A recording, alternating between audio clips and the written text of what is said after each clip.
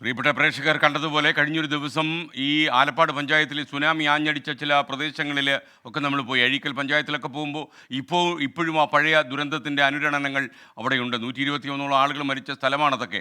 ആളുകൾക്ക് ഇപ്പോഴും സുനാമി എന്ന് കേൾക്കുമ്പോൾ വല്ലാത്തൊരു നടുക്കമാണ്. ലോകം കണ്ട മഹാദുരന്തങ്ങളിലൊന്നായിരുന്നു സുനാമി.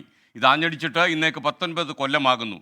ക്രിസ്മസിൻ്റെ പിറ്റേ ദിവസം കടലിൽ ഉയർന്നു പൊങ്ങിയ ഭീമൻ തിരമാലകൾ 2.5 ലക്ഷത്തോളം ജീവനുകൾ കവർന്നെടുത്തു.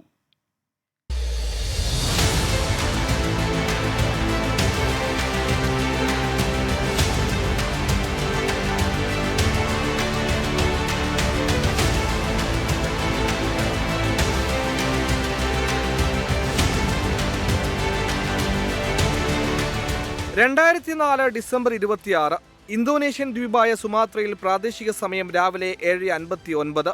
ഇന്ത്യൻ മഹാസമുദ്രത്തിൽ 9.1 തീവ്രത രേഖപ്പെടുത്തിയ ഭൂചലനം.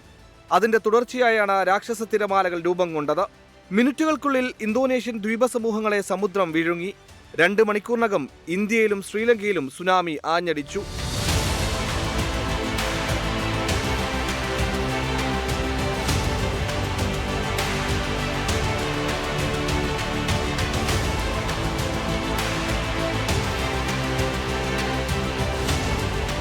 നൂറടിയിലധികം ഉയരത്തിലാണ് തിരമാലകൾ ഉയർന്നു പൊങ്ങിയത്. ശ്രീലങ്ക, മാലിദ്വീപ്, തായ്ലൻഡ് തുടങ്ങിയ 14 രാജ്യങ്ങളെ അത് ബാധിച്ചു. 2,27,898 പേർ മരിച്ചതായാണ് കണക്ക്. ഇന്ത്യയുടെ തെക്കുകിഴക്കൻ തീരത്താണ് സുനാമി നാശം വിതച്ചത്. തമിഴ്നാട്, ആന്ധ്രാപ്രദേശ്, ആൻഡമാൻ നിക്കോബാർ, കേരളം എന്നിവിടങ്ങളിലായി 16,000-ഓളം പേർക്ക് ജീവൻ നഷ്ടപ്പെട്ടു.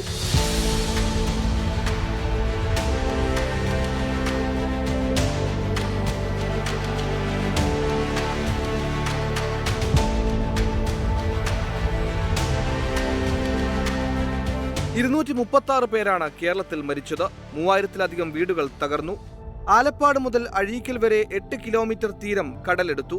ഭീമൻ തിരമാലകളുടെ സംഹാര താണ്ഡവത്തിൽ സൃഷ്ടിക്കപ്പെട്ട മുറിവുകൾ ഇന്നും ഉണങ്ങിയിട്ടില്ല. Research desk 24. 24 അഞ്ചിന്റെ വജ്രത്തിളക്കം.